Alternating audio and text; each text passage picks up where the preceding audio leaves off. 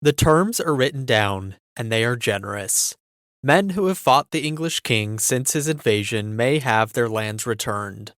A handful will be sent abroad for a few years.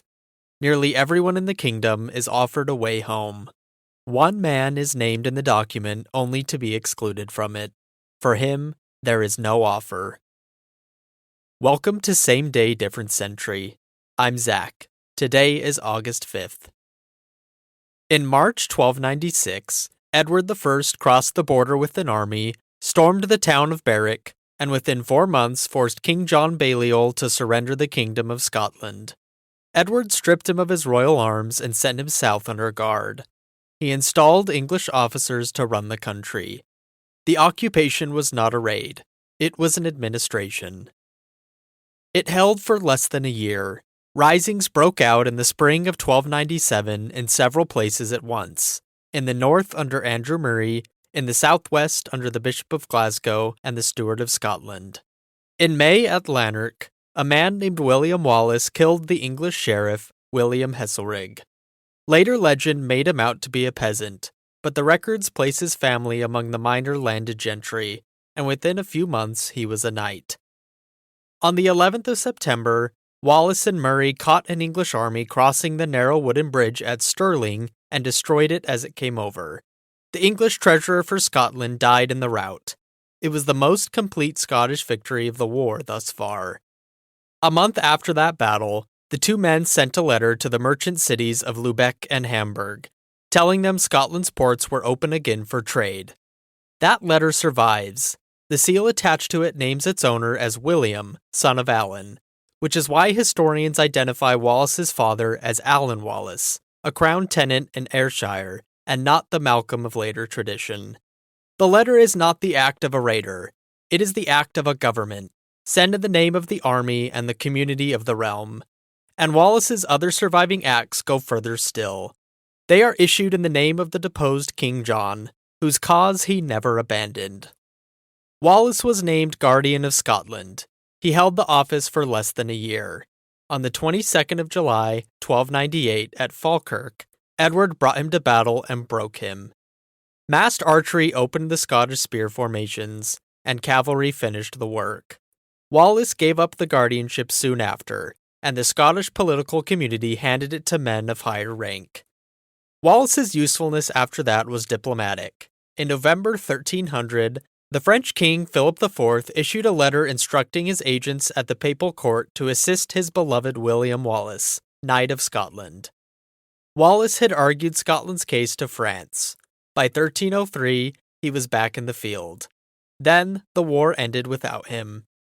In February 1304, John Comyn surrendered on terms, and days later an English column nearly took Wallace near Peebles. Edward excluded Wallace by name and demanded he place himself unconditionally at the king's mercy. He also tied the terms offered to certain Scottish nobles to their efforts in hunting Wallace down. That summer, the last castle holding out, Stirling, surrendered. By the summer of 1305, the problem of catching Wallace was no longer military. It was a question of who in Scotland now took Edward's orders. The answer by then was nearly everyone. Men who might have sheltered him, landowners, kinsmen, and minor lords in the West, were now Edward's tenants again, holding their estates on his sufferance and watched by his officers. Concealment had become expensive. Wallace was taken near Glasgow, at a place tradition names as Robroyston. Accounts give the date as August 3rd or August 5th. Neither has been proved. The man who took him was Sir John Stewart of Menteith, keeper of Dumbarton Castle for the English crown. English Exchequer records show money paid out afterwards to those involved, including men in Wallace's own service who informed on him. What the earliest sources give is a night seizure and the treachery of a man in Wallace's own service. The commonly described scene of the lurid meeting, the stolen sword, and the friend of many years is later work, thickened over 2 centuries and set down in a poem written in the 1470s. Scottish memory turned Menteith into the archetypal traitor. The record complicates that. He had been captured fighting the English at Dunbar in 1296 and imprisoned in England. He had submitted before most of them, and by March 1304, Dumbarton was his to hold from Edward. Taking Wallace was the duty of that office, and in 1320, 15 years later, Menteith set his seal to the Declaration of Arbroath, the letter asserting Scotland's independence from England. Wallace was moved south under close guard. He reached London on the 22nd of August, spent the night in the house of a city alderman, and was taken the next morning to Westminster Hall. There was no trial in any sense we would recognize. The commissioners read an indictment: treason, homicide, robbery, arson, the burning of churches, the killing of religious men and of civilians during the raids into northern England in late 1297. Chroniclers report that a crown of laurel was placed on his head, mocking a boast attributed to him that he would one day wear a crown in that hall. To the charge of treason, the chroniclers record, he answered that he had never sworn fealty to Edward, and so could not have broken faith with him. That answer went to the center of the matter, and Edward could not concede it. Edward's entire position rested on the claim that he was overlord of Scotland, that Balliol had held the kingdom from him, and that therefore every Scot owed him allegiance whether or not he had ever knelt. If Wallace had fought a war between kingdoms, he was an enemy commander, and enemy commanders were ransomed, imprisoned, or exiled. Balliol was living in France. Cummin had been pardoned and kept his lands. If Wallace was instead a subject in rebellion, he was a criminal, and the war had never been a war at all. The sentence was designed to say so in public. He was drawn by horse through the city to the elms at Smithfield, hanged, cut down alive, disemboweled, beheaded, and cut into four. The head was set above London Bridge. The quarters went north, to Newcastle, Berwick, Perth, and to a fourth town the sources name as either Stirling or Aberdeen. The whole procedure had been used before, on a Welsh prince who had once been Edward's ally. It was still new enough to carry a message. This is what happens to a man who fights a king he is held to serve. The execution was meant to close the war. What it closed and what it opened took less than a year to become visible. 3 weeks later, in September 1305, Edward's Parliament issued an ordinance for the government of Scotland.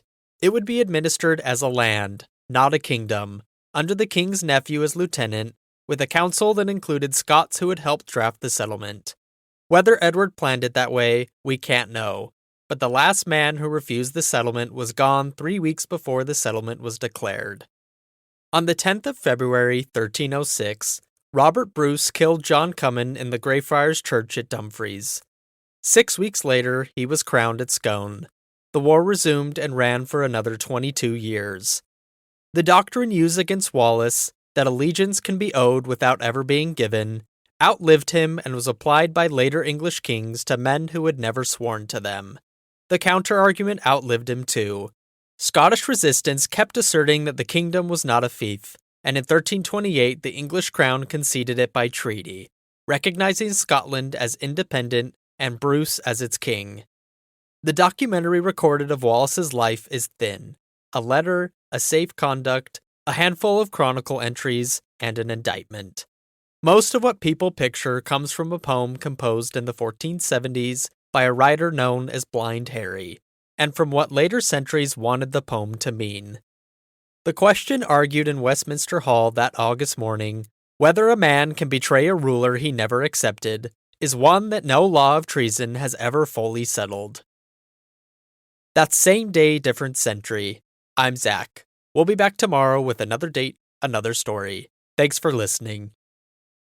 Roughly 9 years after the events of today's episode, the Scottish King Robert Bruce broke an English army in the fields below Stirling Castle. If you'd like to hear more about that story, listen to our June 23rd episode on the Battle of Bannockburn, the largest battle of the Scottish Wars of Independence. I'll see you tomorrow.